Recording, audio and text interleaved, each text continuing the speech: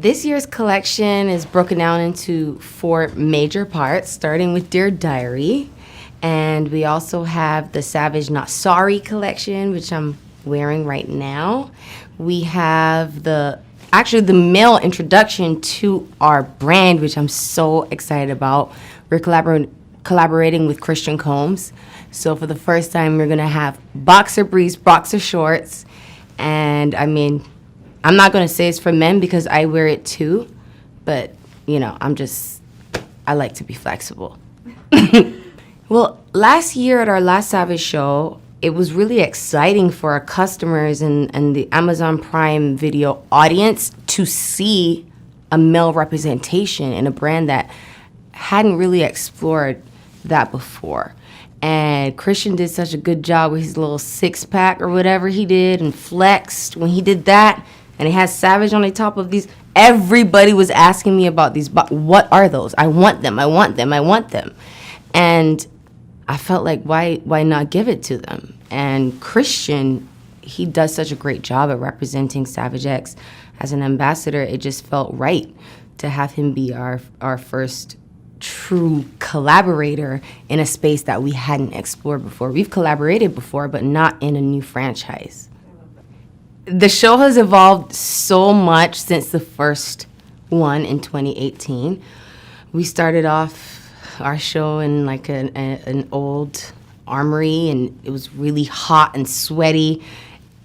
And we really only had limited resources to work with, but we made the best of it, and people really enjoyed just seeing a bit of inclusivity. And when we realized how much people appreciated something that we just sincerely wanted to do, we didn't know that we would have the response that we did. And so we took that and we said, this is going to be the core of what our brand stands for, because we do it already, we love it, we appreciate it, and to see people confirm and validate it, we didn't want to deny their access to our brand.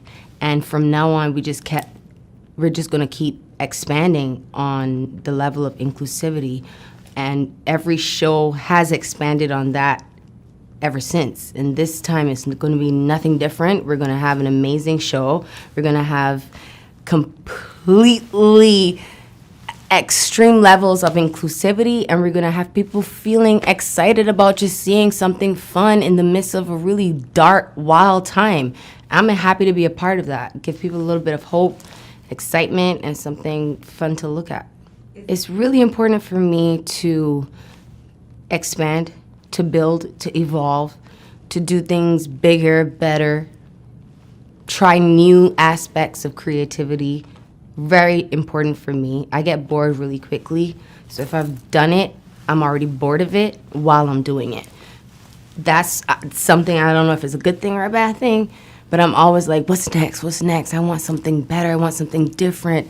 How do we, it doesn't necessarily have to be bigger, but maybe it's deeper. Maybe we just go deeper and explore things that aren't being discussed. When casting the show, there are a lot of different aspects. So there are a lot of different mini categories that I have in my brain, because when it comes to being inclusive, you want everyone to be a part of that. So I always want to have my women of color. I want to have an array of women in the minority space and of our race and our people. I want to have representation in aspects that are outside of that, where women aren't usually projected as sexy, but they are. They're sexy, and they need to know that. They need to be validated about that, no matter what size they are. I'm so focused on that, and making women, and not just women, but everyone feel invited, welcome. Savage is a home, it's a hub, and it's a safe space for everyone. I'm mostly excited to shoot Garden. I know Dear Diary, I'm also going to be like slightly mysteriously a part of. I'm mostly excited about Paris opening the show, really, because it presents such a strength, a confidence. It sets a tone of body positivity. She's everything that every woman wants to feel, and she exudes that in her performance, her choreography, her creativity, and her vision. And I felt like it was important to have her be a staple at the beginning of the show just to set the tone.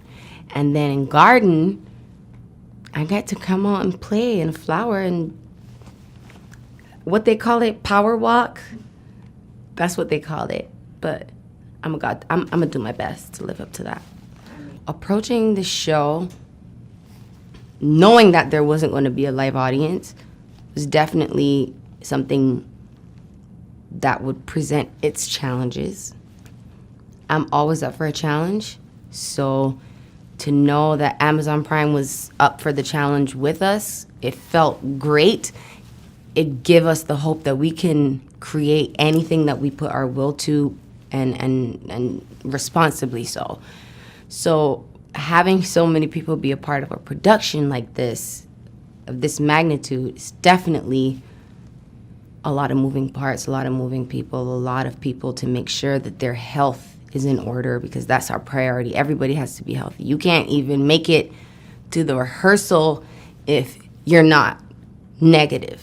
And COVID is it's like this thing looming over us. So it's a lot of pressure, because we're like holding our breath until we hear it's wrapped.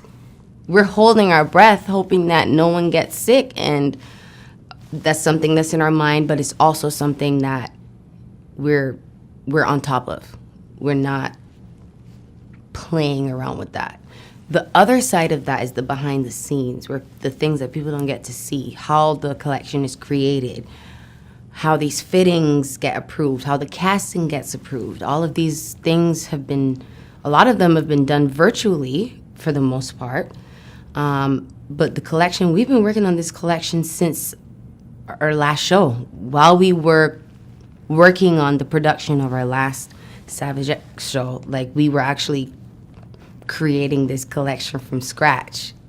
And it's incredible to see how things can change so quickly, unexpectedly, and you just have to figure out what are we going to do about it? Solutions. So that's been my drive, because we're always going to be presented with issues, especially in a time like this, but you can do anything if you figure out how to work around it within our parameters.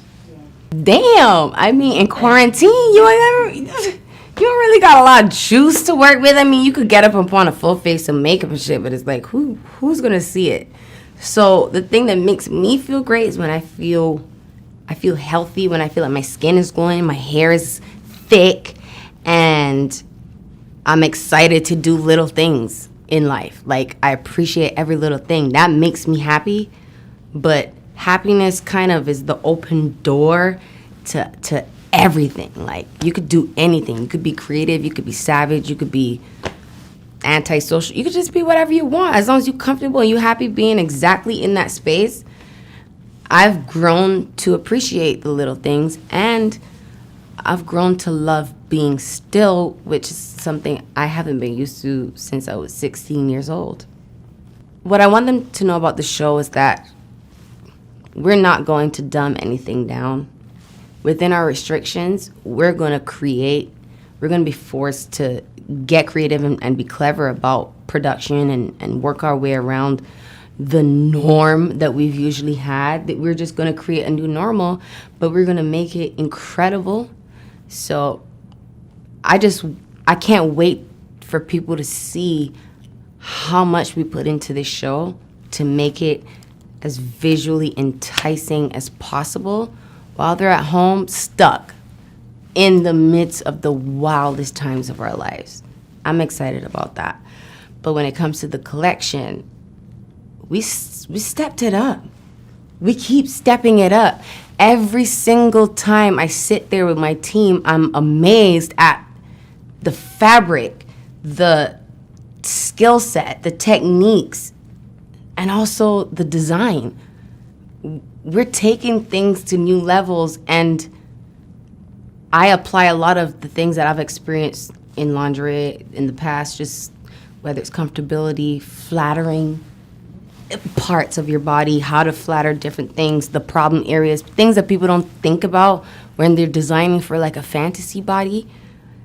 It's personal for me.